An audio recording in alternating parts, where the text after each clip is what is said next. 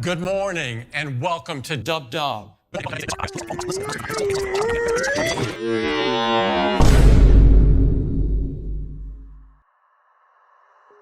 If you didn't know, WWDC is Apple's annual Worldwide Developers Conference, where they announce all the upcoming features in the new iOS, macOS, iPadOS, watchOS, and so on. This year, we expected Apple to announce a little bit of hardware as well, and they actually did. So there's a lot to talk about because they absolutely packed this year's DubDub with features. By far, the biggest update to iOS 16 is the new lock screen.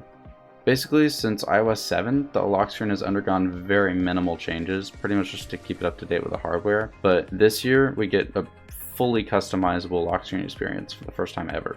The experience is now very similar to the Apple Watch, where it lets you switch between several customizable lock screens. Every lock screen can be connected to a focus mode too, so you can have different notification preferences, widgets, or wallpapers for each individual mode. It even has the same depth effect as the Apple Watch portrait mode wallpapers from last year. But now it seems to be able to do it with non-portrait mode photos as well, like landscapes.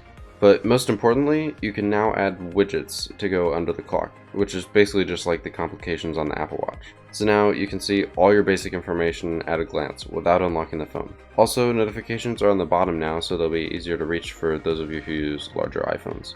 Oh, and notifications can also be auto-updating, like for keeping track of a sports game or fitness or Uber. So you'll no longer get those spammy notifications every single time a team scores.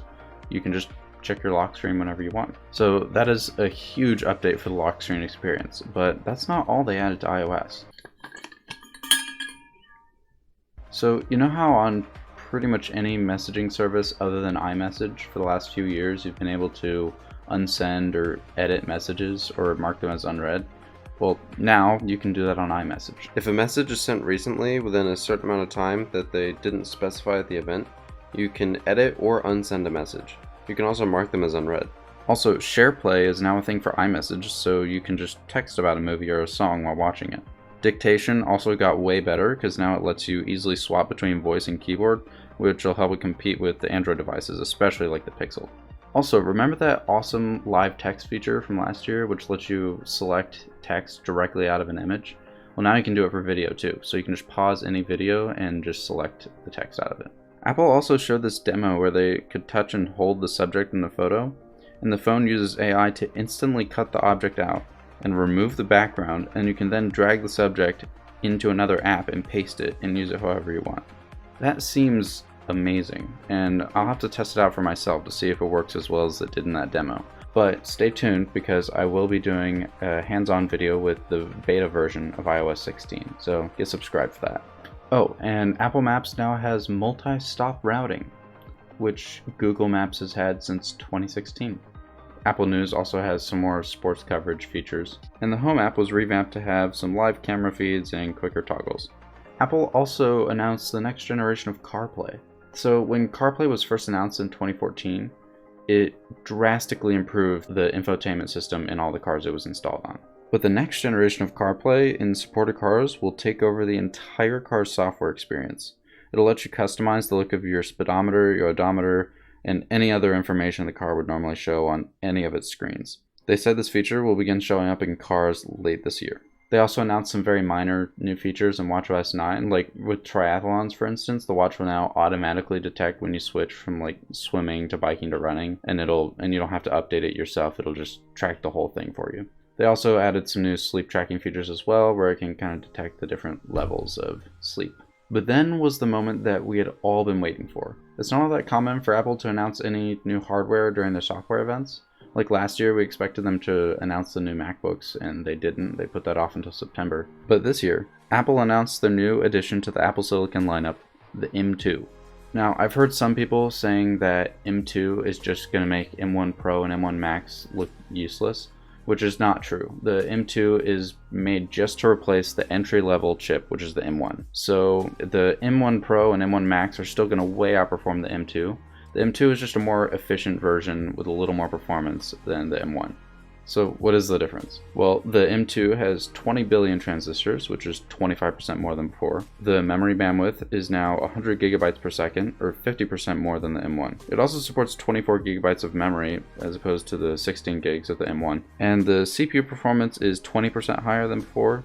while the GPU performance is 35% higher. Oh, and the media engine was updated as well, so it can now support like editing 8K video and some other things.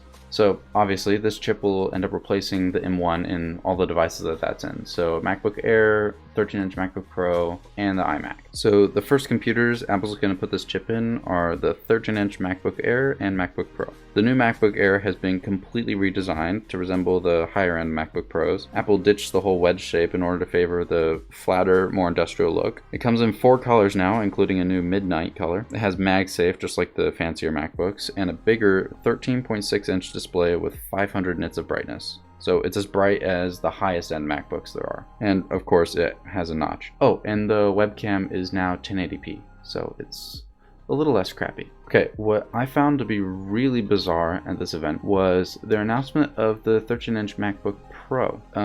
They didn't change anything about it except for the fact that it has an M2 chip in it, but it's more expensive than the new MacBook Air. So it still has the same old display, it has the same 720p webcam, it's got the same touch bar, it doesn't have MagSafe, it's just the 2 Thunderbolt ports. The only difference is that now it has the M2 chip. It's still a great laptop, but I'm not really sure why it exists in its price category. So it makes me wonder if Apple plans to completely remove the 13-inch MacBook Pro from the mix, which I wouldn't be surprised by. And with the new MacBook Air being a good bit cheaper with a lot more features, that's probably going to be the best purchase for most people. So transitioning to the software side, Apple announced their new macOS Ventura. There aren't any huge changes to macOS Ventura, but there's a few pretty nice features that they've added. The main upgrades to macOS Ventura just have to do with FaceTime. One of my favorites is that you can now hand off a FaceTime call to any Apple device that's on the same Apple ID. This will be extremely useful for me because I constantly find myself, like, if someone calls me while I'm in the car and I get home, I want to be able to transfer the call to my MacBook without having to end the call and call them again. So that'll be really great. They also added this really innovative new feature called Continuity Camera. Pretty much what it sounds like, but it lets you mount your phone directly onto your monitor without any setup whatsoever, and FaceTime will automatically recognize it as a webcam. It can also let you use your ultra-wide camera to have the center stage feature that the new iPads have. But probably the most insane feature of this is the new desk view. So what this does is it takes the ultra-wide webcam, and because it can see so wide, it can take the bottom of that frame and like do a bunch of AI fancy stuff to stretch it, and it'll give you like a straight up top down view of your desk on your FaceTime call. Another feature they added to macOS is Stage Manager, which kind of seems to dumb down the whole macOS window management experience to give you a more basic way to kind of sort through your pages of Windows. This feature did not make any sense to me until they started showing off their new iPadOS, which also gets this feature. There were a lot of leaks and rumors leading up to this year's WWDC that were talking about how the iPad was going to get the complete window sorting experience,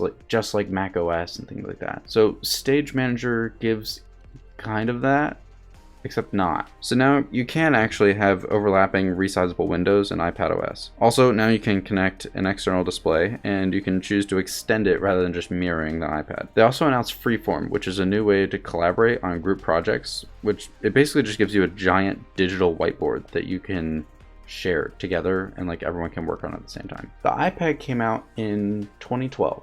It is 2022, and it does not have a weather app.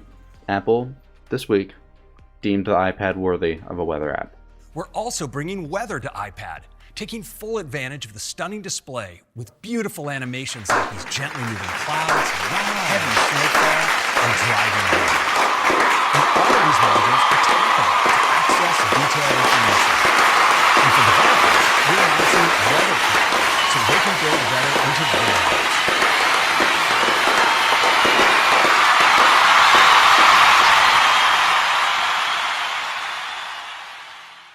That's pretty much it for this year's WWDC. It'll be pretty interesting to see if all the features work in real life like they did in the demos. I'm also going to be doing another video where I'll be hands-on with the new iOS 16 beta. And there's also a bunch of features that I didn't have time to put in today's video. So get subscribed to see that video. But yeah, thanks for watching. I'll see you in the next one.